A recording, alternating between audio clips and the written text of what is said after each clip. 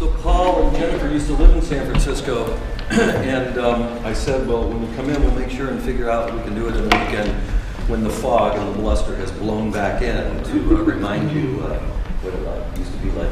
I always say that Friday the 13th is a lucky day for me, and it is particularly because we get to have Paul Collins come and talk to us tonight. So give him a round of applause.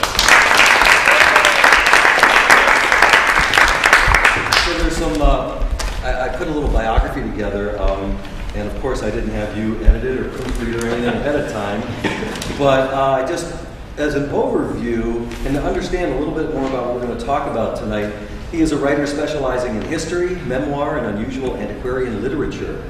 His 7 books have been translated into 11 languages and include Not Even Wrong, A Father's Journey into the Lost History of Autism, and The Murder of the Century, the Gilded Age crime that scandalized the city and sparked the tabloid wars. He is a 2009 recipient of a Guggenheim Fellowship in Nonfiction.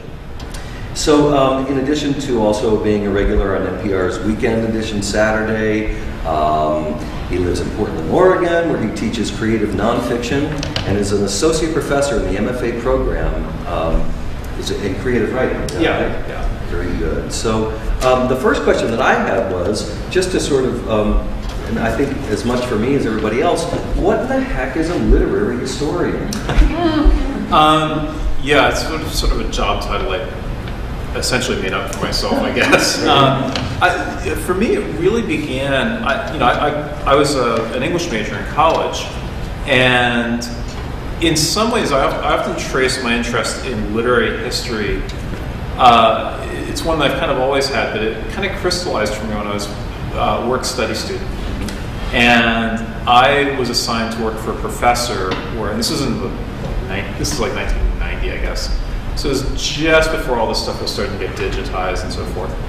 He wanted an index of all the articles that had run in all these various 19th century periodicals.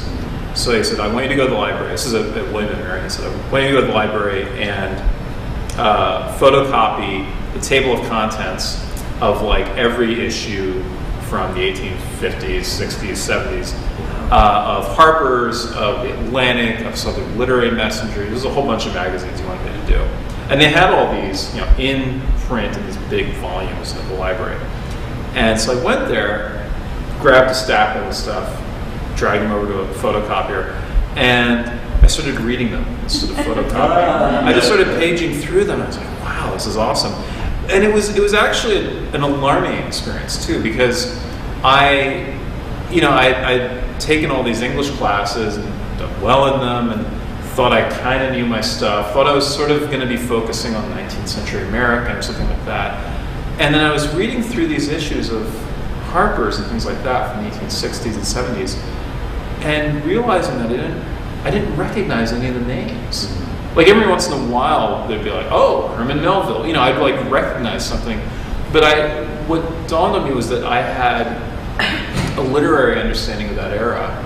And even more broadly speaking, just a historical understanding of the era that was like a greatest hits kind of understanding.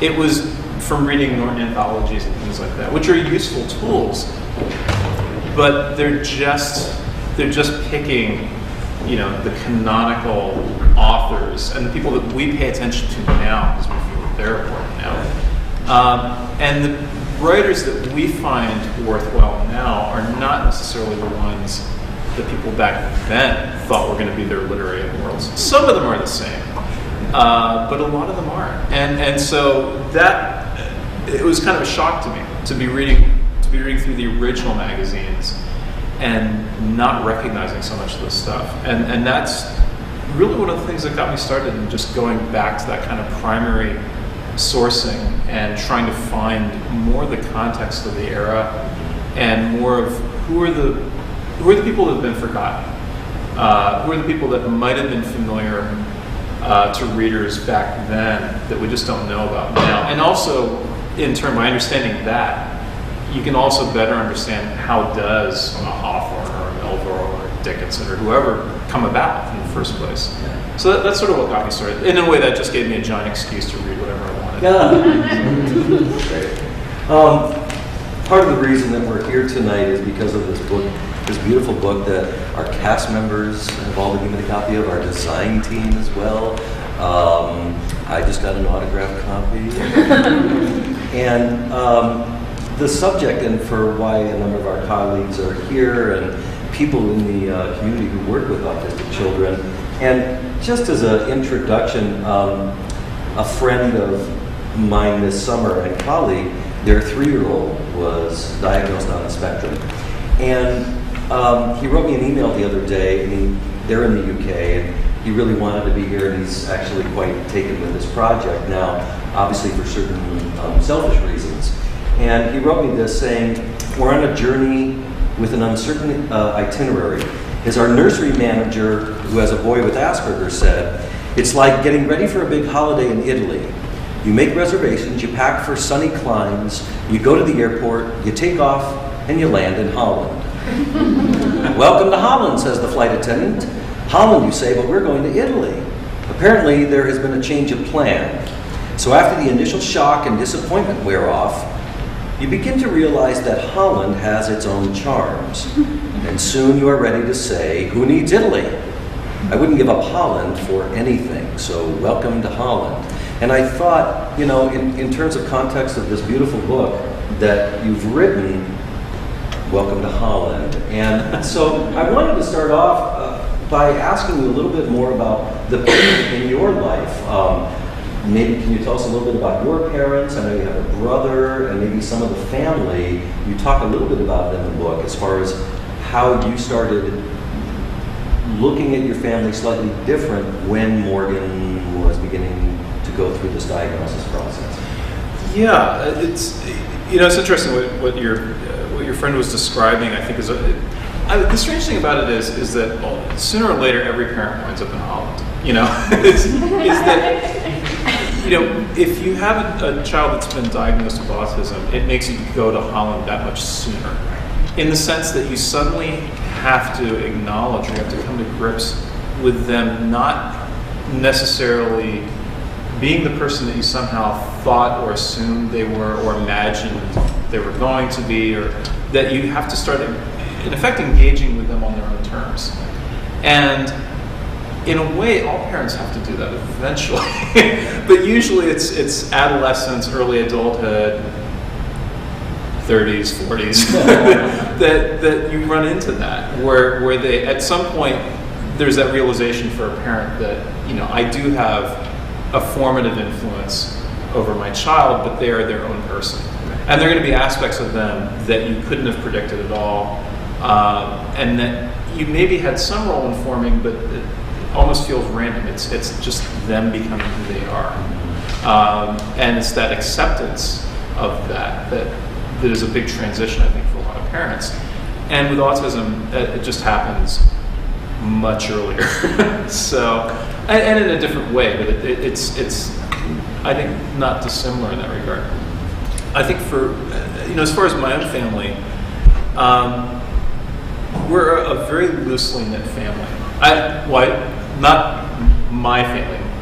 My wife and kids were extremely tightly knit. But my parents and my brother, it's a very weird family in a way. So my mom and my dad both met in the U.S. after having moved from Britain. So they'd moved independently from Britain, kind of were hanging out in the same group of immigrants in New York and met each other. And so they were both very distant from their families, and like a lot of immigrants had kind of come here to, partly out of economic opportunity and just to reinvent themselves as much as anything. And that's what my brother and I proceeded to do. We then grew up, my brother partly grew up in a different marriage in Britain and then moved to the US. I grew up in this tiny little town in Pennsylvania, and we both did the same thing, which was as soon as we could go to college, we went as far away as we could. So I went to college for undergrad in California. And I think, as did he, and I think it was a very similar process. We just wanted to get away from that initial set of influences and become our own people. So that's certainly been running through our family for some time now. None of us have stayed put, basically. But I think the other thing is that my dad was an engineer. My brother is a perpetual grad student. He's just finishing up his second PhD. He's got a PhD in computer science, and he's now doing one.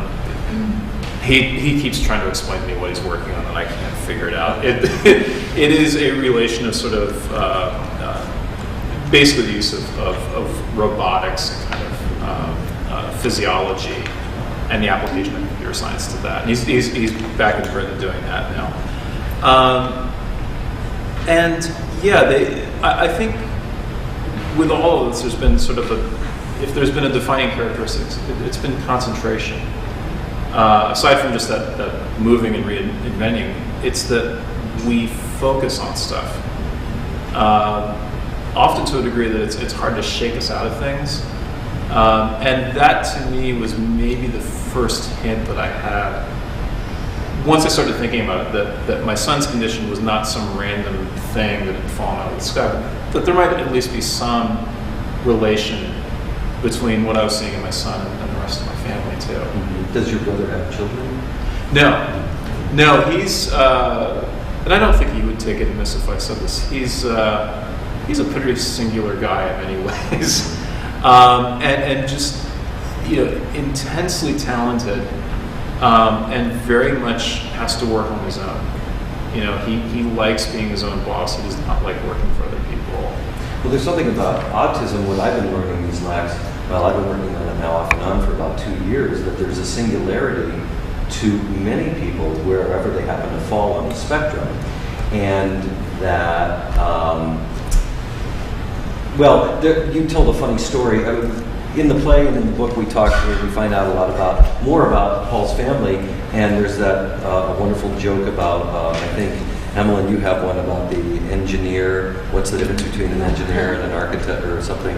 And so I guess my question is more, before Morgan's diagnosis, were you at all ever thinking, or is this like, oh, these are the Collins and this is who we are?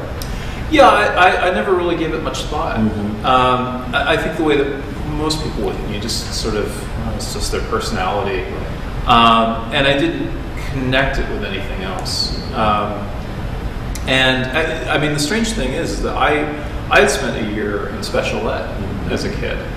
And the school kind of didn't know what to do with me, basically, which was that, and it was an experience. It was a year that I'd never been able to quite figure out what it meant, because I'd been doing really well in school academically, and yet there was this 1 year that I knew I was in a different classroom, and that everyone was a lot nicer to me, and things seemed to go suddenly much better, and then I was thrown back into dealing with people again. Mm-hmm. And in retrospect, what I found was that they thought I had hearing problems, but they kept testing me and finding that my hearing was actually really good. And they kind of didn't know what to make of that. And I mean, now that would just be called an issue of auditory processing. It's not a physical issue with my hearing. It's just how I'm actually processing it.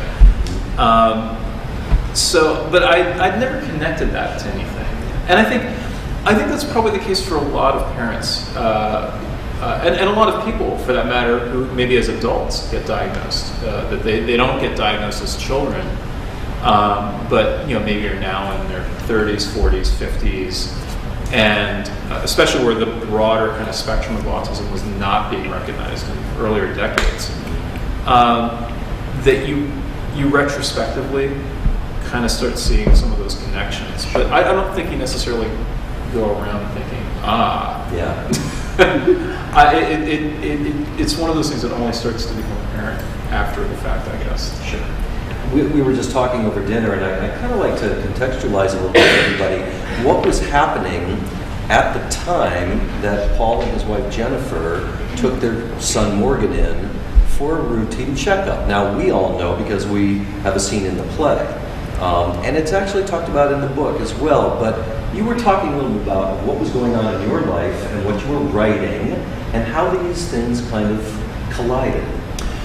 Yeah, so we had actually been living here in San Francisco over on Cole and Waller up until 2000.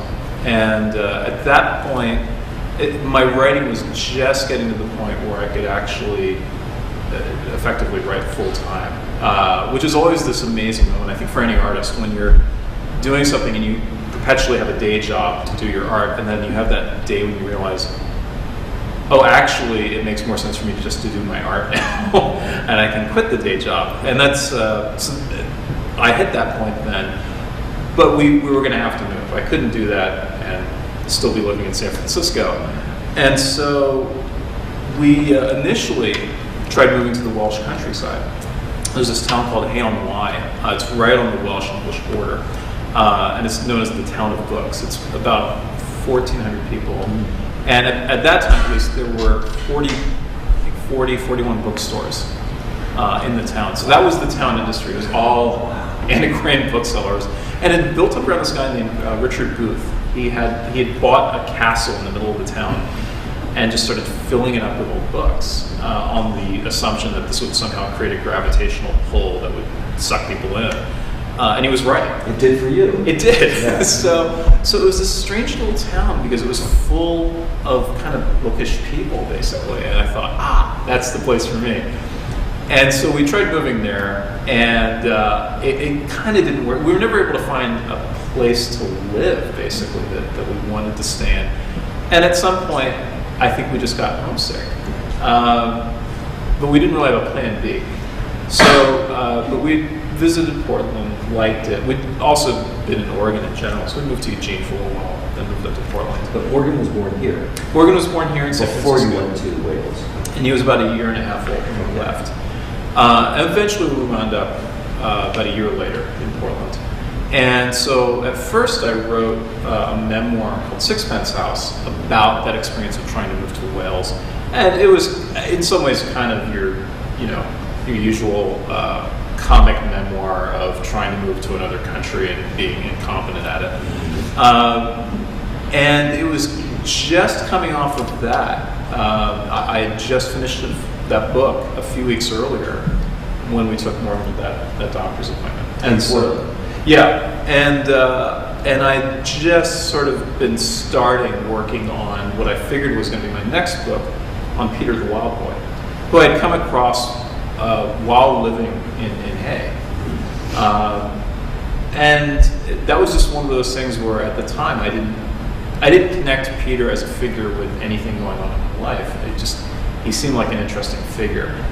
And then as Morgan's diagnosis started to emerge, I just had this weird moment, which was actually in the book where I realized that, that what I'd been fascinated by, at least at some level, was actually pretty directly connected to my own life. Where the scene in the book and also in the play of being in the doctor's office, but that first moment where it was a female doctor? Yeah, Amy Winland. Yeah. Where she said... We're still in touch with her, too. Oh, yeah. Where she says,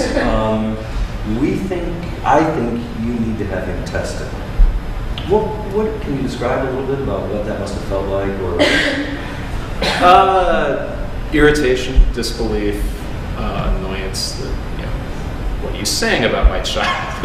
It was, and I think it's an experience that probably a lot of parents have. I think maybe especially if it's your first child. And I often wonder about this, which is that I have a younger son now as well. And so we've watched him progress through a lot of the typical developmental landmarks that you would expect a child to have. And I sometimes think that if Morgan had been a second child, we would have noticed this stuff earlier. We might have clued in that something was up. But not only had we no previous experience as parents, but we'd been moving around a lot. So we weren't hanging around with the same group of friends and watching their kids develop at the same time. Nothing to compare them to. Exactly. And that is always a difficult thing with parenting, which is there's no manual. You're sort of inventing it as you go along. And to the extent that you have guidance, it's often coming from we got What to Expect When You're Expecting, and we had a whole stack of parenting books, but we didn't have any other experience to draw on. We didn't have that much experience of our peers to draw on either. And I think, had that been the case, I don't know if we would have figured it out any earlier. We might have been less surprised, I think. But even even given the oddness of our situation, it still seems to be the case for a lot of parents. That when the doctor tells them that, they don't want to hear it. And we've actually had the same experience. We've had friends have kids, and we've met their kid, year and a half, 2 years old, watch them playing, watch how they interact, and I'll say, they're on the spectrum. And this has happened a few times now. And the first time it happened, we very gently, we thought, diplomatically tried to bring up the idea with this friend of ours, and she did not want to hear it. Did not want to hear it at all. And then, I don't know, and we actually repeatedly kind of bugged her about it, and she didn't want to know. And then it was the same thing. 6-7 months later, she was at a doctor's appointment. The doctor brought it up. And even then, it took months before she would engage with it at all, because it was sort of the same reaction. It was just a disbelief, I think. We have people in this room who not only have been through what Paul is describing, but also have been on the other side of that and helping to and working with the diagnosis process. You say in the book, autism entails both disability and ability. Isolating difficulties with human relationship, for example, can be the flip side of a fierce aptitude for logic and a capacity for intense independent focus. You talked about this a second ago. These personality traits run through families and society and underpin fields like engineering, art, and science.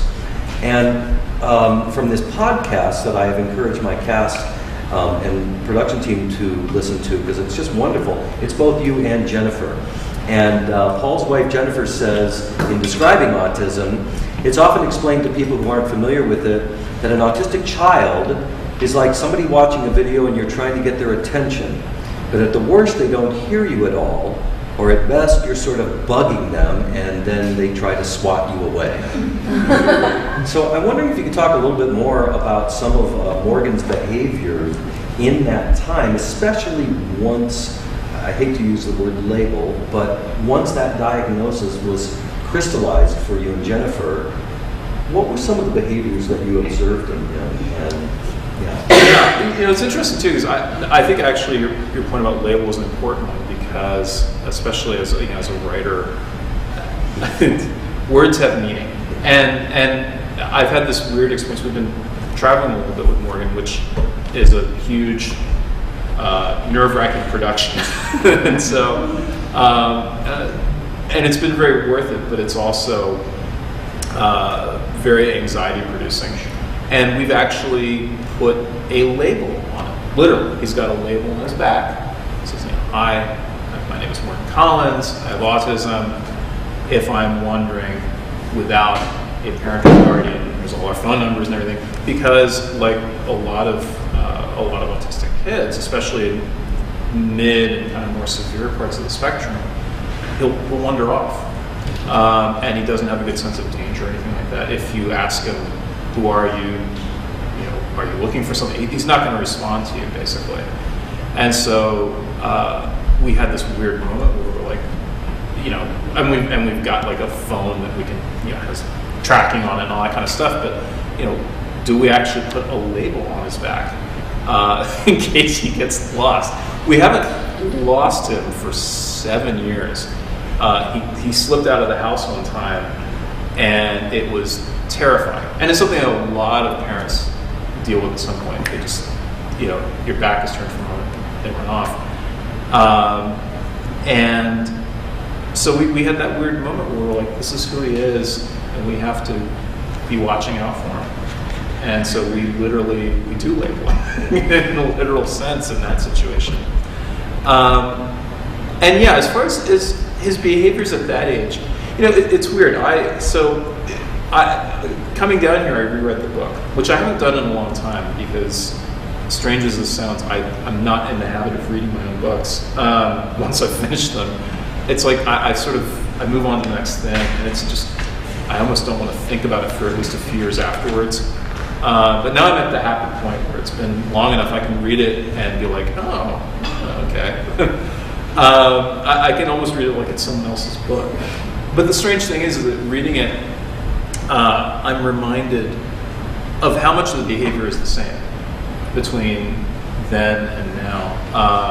mean, some of it has changed, but he does often seem to be in his own world, or his attention is very, it's very uneven.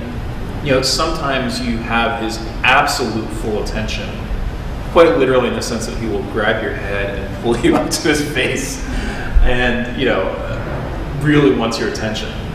And other times you're really trying to get his attention, so you're trying to walk him through something, and he's focused on something else altogether. But I think the other thing too is that even a lot of the physical cues are the same. Like what? Can you give us an example? A lot of them are things that, when we go to classrooms with autistic children, we'll see these in other kids too. Hand flapping is a really common thing, rocking back and forth. Frog jumping, strangely enough, is not one I hear described that often, but I see it in other kids. With Morgan, if he's happy, he starts to do these frog jumps. And I should mention now that Morgan is 14 now. He's as tall as I am. He's taller than Jennifer now. And so when he jumps, the whole house hears him. So he's a big guy, and so it's if I hear these boom, boom, boom He's through the happy. house, I know he's happy. Great. So yeah.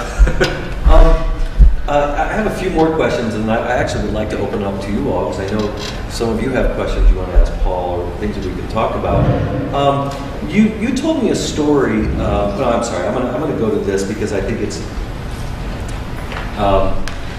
Temple Grandin says that because I have autism, I live by concrete rules instead of abstract beliefs.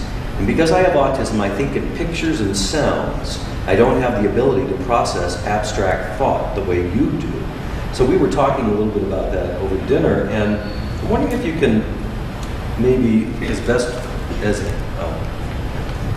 anyone can, give us a glimpse into what you think, or maybe you and Jennifer think, Morgan's thought process might be.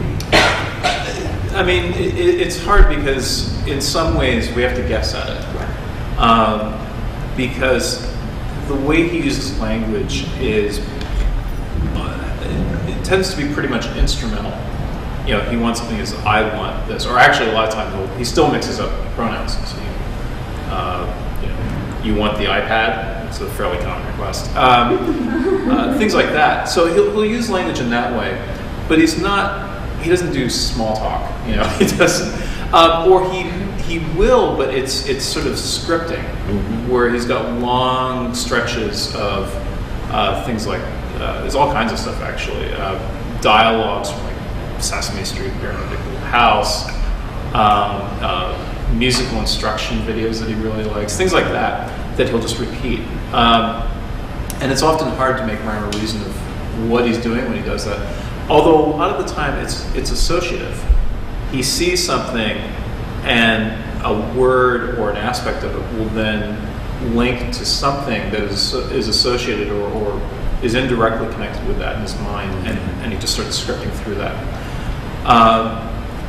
His thought process in that sense is often associative. He's linking things. But as far as sort of abstract thought, it's really hard to get a bead on what he makes of things like that. And I think for us, the big landmark there was, I guess, probably at about 5 or 6 years of age. Because initially, when I was writing the book, I really didn't know how he was going to develop. At the beginning of the book, it's just before he's turned 3.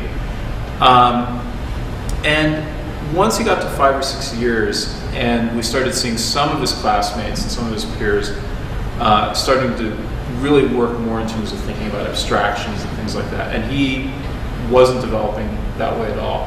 So things like, the idea of a country or money. Money means nothing to him that I can tell. It just, it has never seemed to register in any way. A lot of stuff like that. It may mean something to me. If it does, I haven't been able to figure it out. And so one of the strange things that I've wound up seeing is that for Morgan, who's in that sense is very squarely in the middle of this sort of the spectrum, or maybe going towards the more severe part of the autism spectrum, by no means profoundly so. It is a lot like Jennifer's description that it's like he's watching his own movie and you're kind of, to some degree, interrupting him. Right. He does engage with us and with other people, but it's very much on his own terms. I have noticed with a lot of higher functioning kids on the spectrum with Asperger's and things like that, it's not quite the same thing. That is where it's more like they're actually very aware of social interactions. They're very aware of abstractions in many cases. But they don't necessarily know how they're supposed to handle it, or it's not as obvious. They really have to work harder to figure out how to handle those interactions. But they're often intensely aware of them, and sometimes painfully so. And in a strange way, Morgan is not. It kind of doesn't register with them. Did you find, one last follow-up, and then I want to open up to you guys, and that is, did you find that in researching Peter that what you just said was almost a direct parallel? Because I think depending on who you read, he really only spoke a few words his entire life. He knew his name, and I think he knew George or King, and that was about it. Did you find, again, going back to these two stories, that there was something? Very much so, and I think that, as I was writing the book, one of the things that I wound up getting really interested in was the role of high-functioning autism and how it plays out, like when I was visiting Microsoft and places like that. It's very, and there's something very narratively compelling about it. And it also resonates on a certain level, like how do these sort of, you can almost say kind of almost neurological subcultures develop within a society.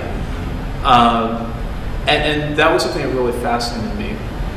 I'm not sure if I would, if I write a follow-up book some distant day, I'm probably going to focus more on Morgan's part of the spectrum. And I think most writers focus more on the high-functioning end. They focus on the savants, on the Bill Gates of the world, because it makes for a good story. Sure. But Jennifer's books, her wonderful book, Like Me, An Autistic Planet, and she's actually writing about some of these people that I had never even considered until I read those. Right, and it's that it makes for a good story, and it's also that it's an important story. That this is actually part and parcel of how our culture develops too. But at the same time, I've become much more keenly aware of, over the years, of autistic adults, one thing which is very much on my mind as Morgan is getting older, and people with autism who are much more on the middle of the spectrum or on the more severe parts of the spectrum. They don't get written about as much, and it's a lifelong commitment that the parent and the family has as to how are they going to live their lives. And so it's harder to write about, frankly. But I think that is something that I've been thinking about a lot more. And at dinner, we were talking a little bit about, I just got an email recently, and I wish I could remember his name. I'm sure it'll come to me later. A guy in London who had just read the book, actually, and wanted to email me. He's like 85, 86, and his son, when his son was initially going into the public school system in London in like the late 50s, with autism, and the school system at that time, they essentially said put him in an institution. They didn't want to deal with it at all. And in fact, the prevailing thinking at that time was that was actually the best setting for the child. You take him away from the parent, and his father was very insistent that he was not going to do this. And in effect, along with a few other parents, set up kind of one of the prototype autism classrooms in Britain, one of the first ones there.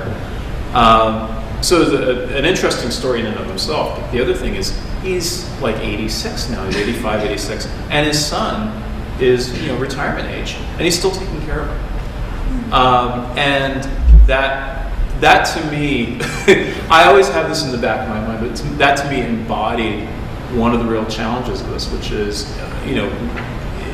I'm always going to be taking care of Morgan, and that's not something. It's something I touched on barely in the book, but it certainly comes more to mind now as I get older. And I will add this, by the way, it's a rough read emotionally, but there's a book that Carl Terrell Greenfield did a few years ago called Boy Alone, which is about the experience of growing up as the brother of a more severely autistic brother, more so than Morgan. And his father had actually written a number of books about their son.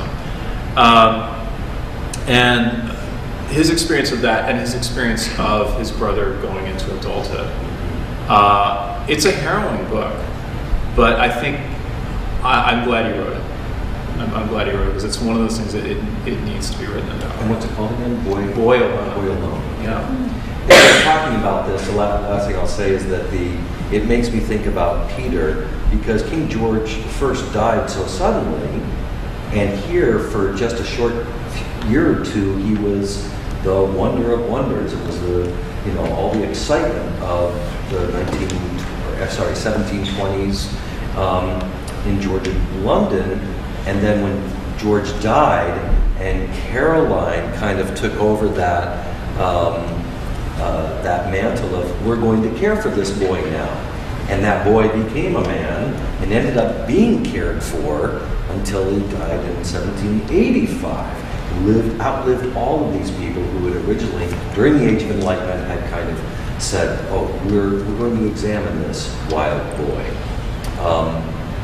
And I sort of joked to you that I'd love to see a story about that as well, because I find that fascinating, how he was able to move on. But going back to our story and to this wonderful book, who has a question here for Paul? So, Emily, what do you got?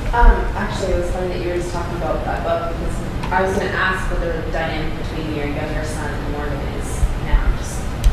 Yeah, so I have a younger son, Bramwell, who's 9 now, and so at the end of Not Even Wrong, we're sort of just talking like, are we going to have a second child? And in fact, then when the book came out was right when he was born. So in between my writing that and the book coming out, we had our younger son, and it's been really interesting because he's never known the world as anything but one in which he has an autistic brother. And so in some ways, it's a very normal situation to him. Morgan just is who he is. It's been interesting to watch, and it's been interesting to watch with other parents that we know that also have siblings, particularly younger siblings, where there isn't an adjustment process per se, because they've always known their brother or sister to be that way. One of the things, so I think it was very good for Morgan, because as is the divine right of younger siblings everywhere, Bramwell is in his face all the time. He's pestering him all the time. And I say this as a younger brother myself. I did the same thing. And I think that was actually good for Morgan. After Bram was born, we brought him home, and very cautious, we were showing him to Morgan. It's your little brother, and he kind of thought of it. They said, "Take him back." It's not going to happen. So there's been that dynamic, but I think it was really good for Morgan because he had someone that would not be told no, that wanted to interact with him, and that another thing that we've really had to grapple with is in raising Bram, we want him to also be his own person, have his own life, and it's difficult on siblings because I think it's probably true with any disability that you necessarily, in some ways, have to prioritize the child with a disability. We always have to have an eye on Morgan. We can't. We can't not have an eye on him at any time. And that means I'll be in the middle of doing something with Bram and then I have to get up and run, And he's never known a time when that hasn't been the case. It's meant that we really have to make a point specifically of creating time that is just for him. And he knows, and I think, I hope has kind of come to understand we're never going to be able to be in a place where that can even be much of the time, or certainly most of the time, but we really try to make time that is just his for that reason. So that's certainly something we've had to kind of grapple with. But the other interesting thing that's come up between the two of them, I think, is that Bramwell's intensely protective of Morgan in the way that older siblings usually are. He has had to step into that older brother kind of role in a way, which meant as he developed, he became very bossy. And I've seen that over and over again with siblings for other autistic kids too. And in some ways we've tried to mitigate that a bit. We don't want him to be bossy with everybody, but it's a strange kind of balancing act. We want him to be concerned for his brother. We want him to be looking out a bit for his brother. By the same token, we want him to have his own life. There's going to be a time when he hits adulthood. He may want to move across the country to go to college, and he might not want to come back. He might want to live in another country, and we'll be old by then, or at least older. And at some point, and this happens in any family, there's going to be that decision of to what degree is he going to be involved in his brother's life? How close is he going to be, literally and figuratively to his brother? And I'm glad that he cares as much as he does about his brother, and I hope that very much stays with him. By the same token, I don't want him to have to carry the weight of it on his shoulders all the time, because it's not fair to a person. They need to be able to develop as their own person too, and that's the big challenge, I think, always with siblings. Yeah. When and how did you have the conversation with Morgan about being diagnosed? That's a good question. We don't really have conversations with Morgan. We talk with him all the time, and he talks with us all the time, but they're not what we would call conversations in the normal sense of the word. He scripts a lot, and sometimes I can figure out what the scripts are about, just the repeating stuff. Other times I really have no idea. And in fact, one of the strange things, and I don't know if this is good parenting or not, but if he'll run through a long script and then look at you like he wants you to respond, and it's like something that I have no idea what the hell he's been talking about, because he's just done a long script from some random thing, and I'll just go, "That's right," because if I don't, he'll have a meltdown. So it's that must make for a pretty weird conversational dynamic for anyone watching. At other times, he actually will make very instrumental use of language, and it's he wants something or he's upset about something, and will express that. And other times, he will observe something.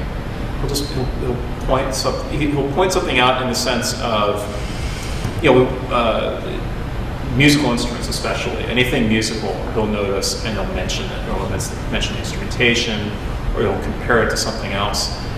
But in the sense of having like a dialogic kind of relation, it doesn't really happen, and has never happened. For us, the big breakthrough, and it's in the book too, is when we were finally able to come up with a way of asking him questions, written questions, because we hadn't really been able to work out doing spoken ones with him. And in some ways, it's become more nuanced and subtle and a bit more complex since then. But that fundamental dynamic has never changed. He's never started to make small talk with us or something like that. It kind of isn't there. So yeah, it's strange because in a sense, I don't know if he knows that he's autistic. I don't know if he knows that he's different. He might. I honestly don't know. Whereas with people who are on the higher functioning end of the spectrum, they can be not only very aware of that fact, but sometimes painfully so. And it's actually a real problem with grappling how do they work out this relation to other people, given the way that they are. But he's so much in his own world in some ways that I honestly don't know. I do know that he gets very frustrated sometimes. but sometimes it's just because I can't get the Wi-Fi signal right from the house, so it's hard to tell sometimes. There's another question. Yeah, please. This is actually unrelated. If you had the opportunity to produce the story, let's say for a film, would you take your book as a script, or would you take Oliver's novel? I'd probably take Oliver's. One thing that and this actually came up as Oliver was developing the early drafts of the play, was that he'd sent something to me for comments, which was very kind of him. And I'd actually become, I think, really keenly aware. Well, let me backtrack actually a little on this. One of the things as a writing instructor that I'm always telling my students to do is, I'll put in a plug for your program here, I always told them to take playwriting or screenwriting classes, because it forces them to think in scenes and it forces them to learn dialogue, because you have nothing else to hide behind in those formats. And that was true for me. In my early 20s, I wrote a couple of screenplays that went straight into my desk, never to reemerge. But it was one of the best things I ever did for myself as a writer. And in doing that, it made me keenly aware of the differences between the forms. And it's funny, because not long ago, I was doing an article about F. Scott Fitzgerald and his ill-fated attempts at writing screenplays for Hollywood. And if you ever read one of Fitzgerald's screenplays, it is a novelist trying to write a screenplay. He has these long descriptions of the expression that an actor is supposed to have on their face, and you can just see in your mind's eye the director going, "What is this? Let the actors act." And it really drove home for me, especially reading Fitzgerald stuff, that it's a different format, and it's one that. I think for something like that, it really does just come down to having someone that understands working in that format, and Oliver does. Most of my comments to him when we were actually doing some back and forth on his drafts were really just on the technical stuff. Literally like saying, well, a special ed teacher wouldn't say that, or the social worker wouldn't have, they would use this acronym, or that kind of thing. It was just the nitpicking the things that might be jarring to those from people from those fields in the audience. But as far as like the narrative arc or the scenes or something like that, he knows his stuff on that. Yeah. There's another question. Yeah, Lauren. So working on this play and getting to know Morgan's story, and I'm playing Jennifer, and Jennifer's part of the story. It's really made me self-analyze my own dynamic and my dynamic with my family. And when you were telling your story about spending a year in special ed, I remembered that in 5th grade, I'm diagnosed with learning disabilities. I should preface this. But in 5th grade, my 5th grade teacher sat down with me and my mom, who was a single mother at the time, and said, "I think when your daughter goes to middle school, she should be in special ed." And I remember thinking as a kid, awesome. And my mom, on the other hand, kind of freaked out and got very upset at this teacher and told her never call me in for something like this again, and we never spoke about it. And I wasn't diagnosed until about my junior and senior year of high school, and that was actually a curse for me, because being in public schools with learning disabilities was extremely challenging, especially when I was younger. When I was really young, elementary school was the worst. And then it would get a little bit better as I got older. But, after really just this story about Morgan, I keep thinking to myself, if I had been diagnosed as a child, that would have been a blessing. And I want to know from you, do you see it now? I know that hearing it at first must have been terrifying, because my mom was obviously like, I don't want to hear anything about this. No, my daughter's fine. And I'm sure it was the same for you and Jennifer, but now, do you see it as a blessing? Do you see it any differently, especially with how Morgan learns or interacts in like a school environment? It's interesting. So I think in Morgan's case, I see it as inevitable. Mm-hmm. It wasn't a matter of if, it's when. Because if you meet Morgan, it's apparent within seconds that he's different. Mm. just from his physical gestures and his vocalizations and things like that. It's something that if we hadn't been told then, we would have been told the next time we went to the doctor or something like that. So we were going to find out sooner or later whether we realized it or not at the time. But in the process, we've met a lot. I mean, we know a lot of parents that have kids with learning disabilities and things like that are more subtle and less obvious from the outset. And I think for most of them, it's really been a good thing. And it's a real debate too within the field itself, within school systems, because among other things, of course, that's more expense for a school system. And so there's this question of, are these things being overdiagnosed? What about the financial strain it puts on the system, et cetera, et cetera? Are you somehow changing the child's own expectations? And I think it's a complicated issue, but I will say this: most of the people that I know that wind up being diagnosed with these things in adulthood, their reaction has often been, yeah, I wish I'd known this earlier. And in many cases, especially with high functioning autism or something like that, where you could go, in some cases, a lifetime without knowing, their reaction a lot of time is kind of, this only does me a limited amount of good now. It's interesting to know this about myself. It would have actually been extremely helpful in some ways to know about this earlier. And I think a lot of it does come down to the stuff that you're mentioning too, especially in one's early years at school, where things are being ascribed to the motives of the child or to their behavior or something like that. That the instructors and the staff might be better able to work with if they knew. So yeah, I think it's generally a good thing. The other thing I'll follow up with is that the thing I've learned, Oliver and I talked about this about a year ago. It's interesting that this book was written, you wrote it in 04 or 03? Yeah, wrote it in 03 and 04. That if this experience had happened to Paul and Jennifer 40 years ago, 9 times out of 10, Morgan probably would have been institutionalized. And so the thing that I have learned, one of the advantages, and I think you even alluded to this in the podcast, of being diagnosed in the 21st century, actually there's such a wonderful push for early intervention. And I, as far as I'm an outsider, but having learned that again, it's a complicated issue, but I'm all for that. At least that's what I'm learning. Yeah, let me get a question. Well, I'm just going to follow up on this question a little bit.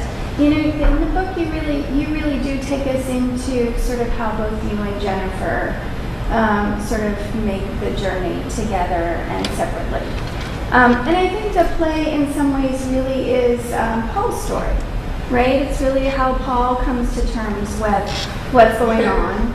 And I'm curious if you could just talk a little bit more about sort of your separate journeys as parents, and to the degree that you feel comfortable, sort of the impact on your relationship of having. Yeah, it's interesting. So it's funny when you're mentioning this makes me think of, we once met, I want to say 4 or 5 years ago, with some professors, I think from LaSalle University, that were coming through Portland for some conference. They were like administrators at LaSalle, and I think I'm remembering the university correctly.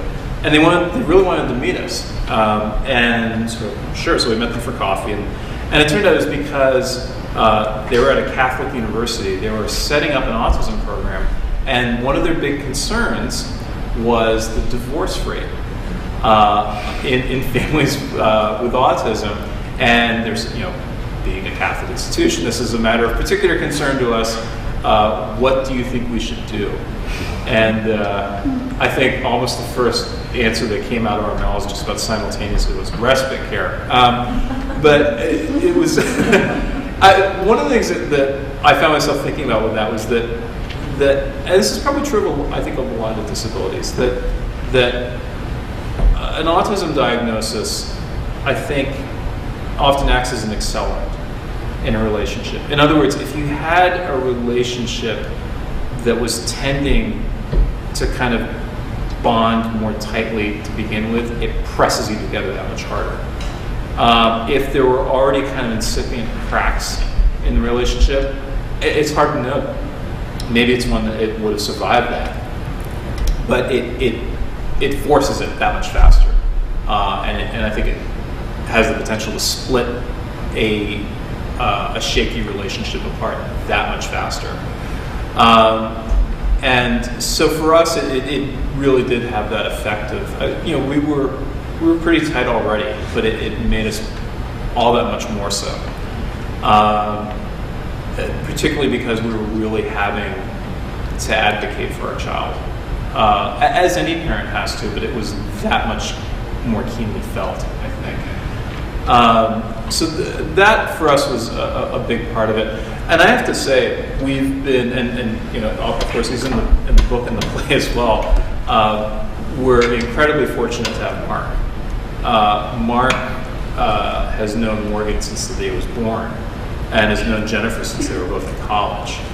And so we have someone that we completely trust, who has known Morgan all his life, and who is, even before the diagnosis, was actually working as a nanny for afternoons, basically, so that I had time to write, she had time to paint, et cetera, et cetera. And that's been a huge help. Mark's presence is a huge help, and we're very lucky in that regard because most people don't have an Uncle Mark. But if you have someone like that, or extended family or something like that can step into that role, I think it makes a huge difference. Which I guess maybe goes back to the comment that I made to LaSalle people, which was for parents that don't have a support network like that, having that breathing space for a few hours a day sometimes, or even once a week or something like that, I think it makes a huge difference. So yeah, that's been important for us in our development, and Mark's very much a part of that too, which is one reason I'm really glad that Oliver made him a part of the play, because he's very much a part of the story in that regard. Callie, you had your hand up. Yeah. Do you have any thoughts about the fact that they've declassified Asperger's? They've taken that off the spectrum. Is that? Yeah, it's funny. I don't exactly know what to make of it. One of the reactions that I noticed, and this is just my own kind of anecdotal, from what I see from other parents at my school and that kind of thing, was that some of them seemed very unhappy about it because they did not want to be associated with the more severe forms of autism, basically. And and because it often does feel like a really distinct condition in some ways. And I don't know what the effect of that's actually going to be. In some ways, it's, I think, potentially a beneficial thing. If you have a child where their condition has been linked to something that is very clearly something that demands resources, then as a parent, that actually puts you in a better position in some ways to get those resources. Mm-hmm. But by the same token, I would often see parents who were very resistant to their child being labeled as being on any kind of autism spectrum, or in fact would, in effect, almost seem to be pushing for things like, there's another, I'm going to forget what the acronym is for it, PDD, NLS, or something like that, mm-hmm. That were pushing for something like that, that they wanted a somewhat more vague classification because they didn't want to be kind of ghettoized into autism.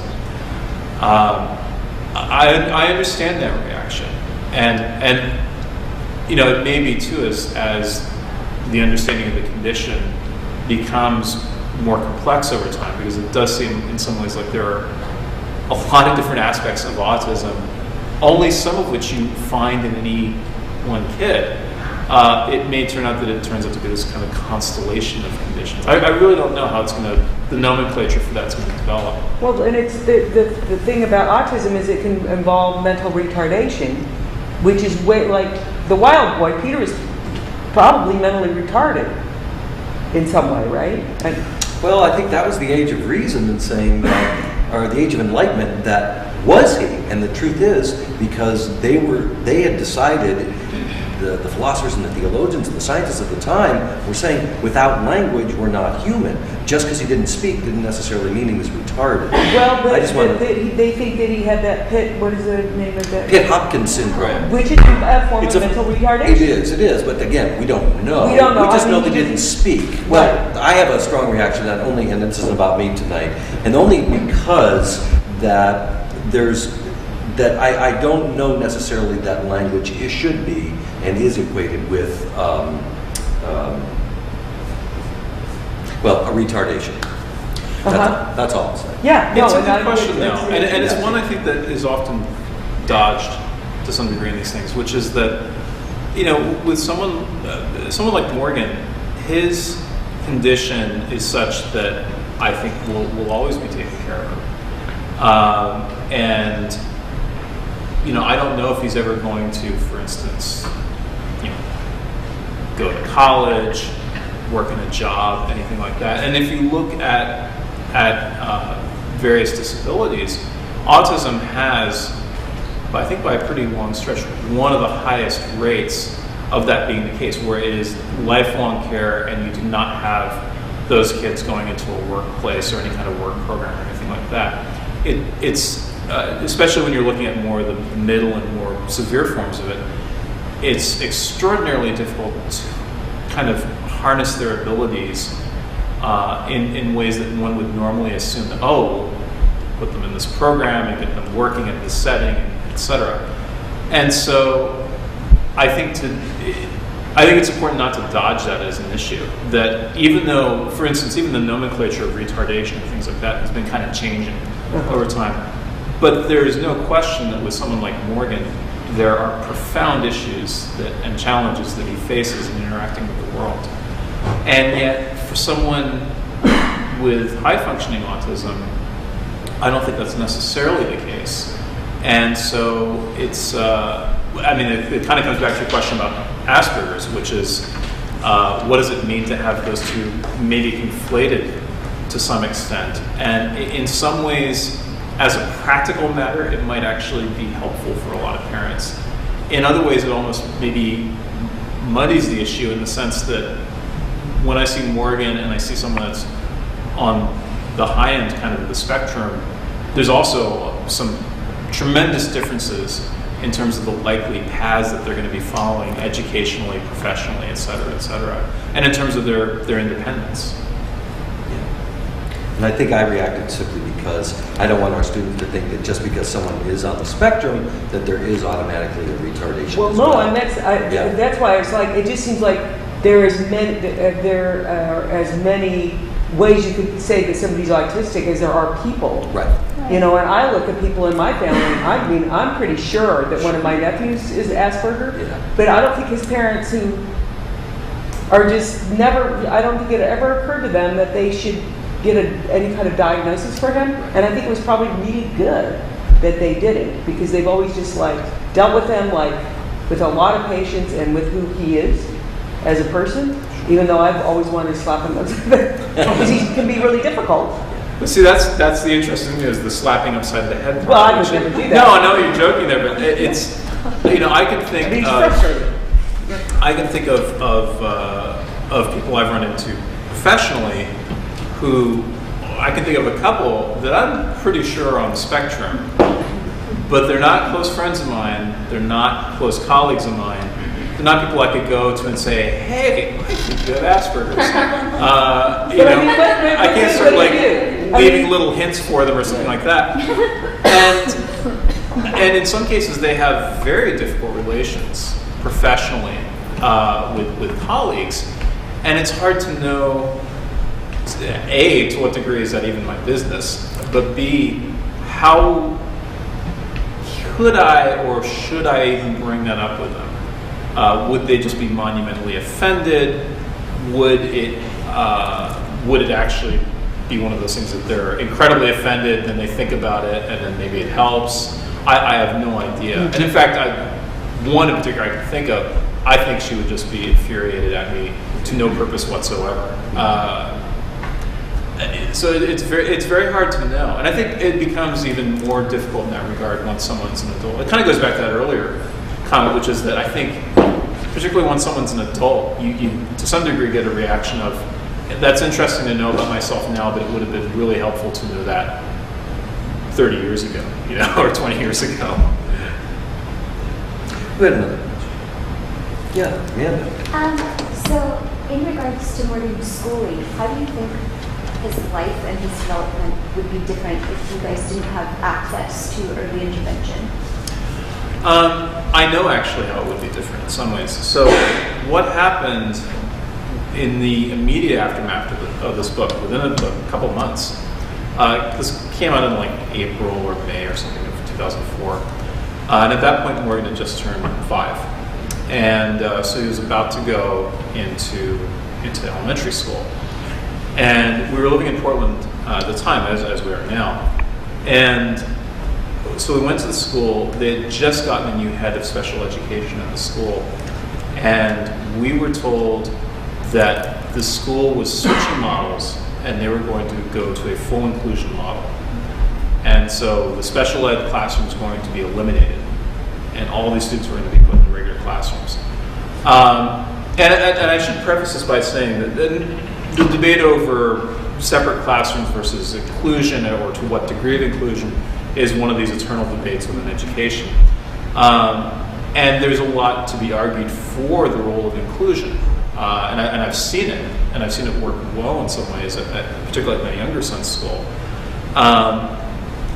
But what they were doing was using the language of inclusion for budget cuts. What they were doing was they were going to dump these students in a classroom without aides. And actually, the weird thing about, if you think of the advantages of centralizing things, in a strange way, having special classrooms is probably cheaper than properly enacting full inclusion, because with full inclusion, you have all these kids spread out over all these classrooms around the district, and they have aides following them around and stuff like that. It's probably a lot more expensive to do it properly. Portland was not going to do it properly. They were just going to dump them into classes. And so we were at these meetings and it was weird because the book had just come out. And it was like a big story in the Oregonian and blah, blah, blah. And there are very few occasions in this life where I've actually wanted to shake my book in someone's face. Don't you know who I am? This was one of them at the school meeting. The book had just come out and they're like, yeah, he's going to be in a regular classroom. He's not going to have an aide. He'll have a 20-minute breakout session every week or something like that. It's like, and we're like, he will run into traffic and stuff, and there's no fence around the playground.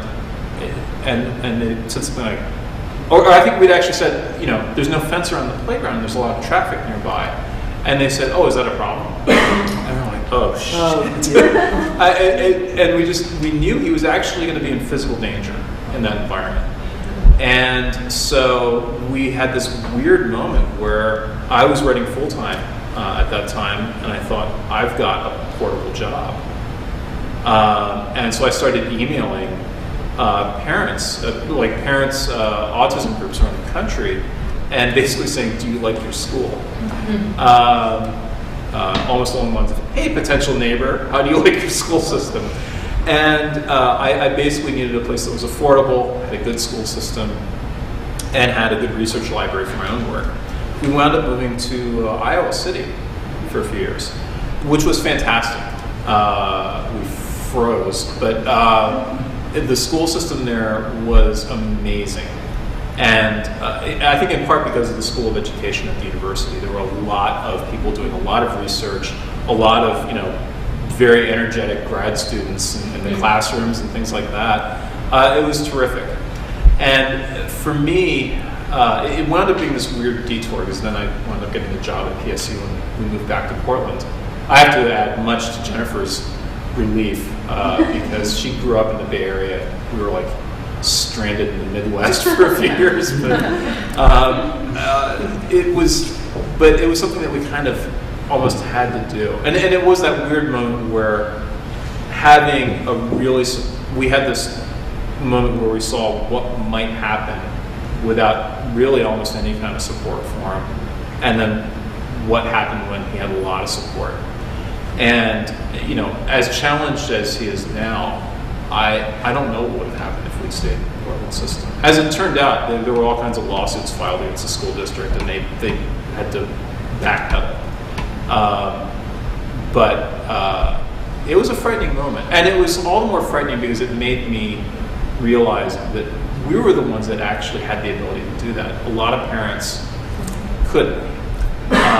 They had work, they had family. They were not in a situation where they could just say, well, to hell with you people, and move somewhere nicer, if you want to call Iowa nicer. I liked Iowa. And actually, kind of as a footnote to that, I would say, too, one thing that really struck me during the early stages when Morgan was getting diagnosed, I remember this really distinctly. When we took him to get tested, in the next room over to us, we could kind of overhear some of the staff talking to another parent with their kid. And I can't even remember what language it was, but they had to bring a translator to talk to the parent. And so it was, a second language parent. I don't know if English was even the child's first language necessarily. And I would say their kid was at least 5 or 6 at that point. And it really drove home to me, if you're, as parents, Jennifer and I are in this, in some ways, really ideal situation. I had a portable job, I have a good education, we're together as a couple. If you're a single parent, if you don't have a lot of economic resources, if you're an immigrant, if English is not your first language, I'm fortunate that Jennifer is a much more forceful personality than I am, and I have a tendency when something's going bad to just sort of go, oh, okay, and she won't take shit from anybody. So, That's why I love it. it's a good team in a way because I'm the one that kind of gets her to cool down. It's sort of a good cop, bad cop thing. But I'm really fortunate that we have that kind of relationship where she especially will dig her heels in, and that we have all these resources to draw on. A lot of parents don't, and it means that things like diagnosis or the ability to move around or to stand up for their child when their child needs resources is not necessarily there.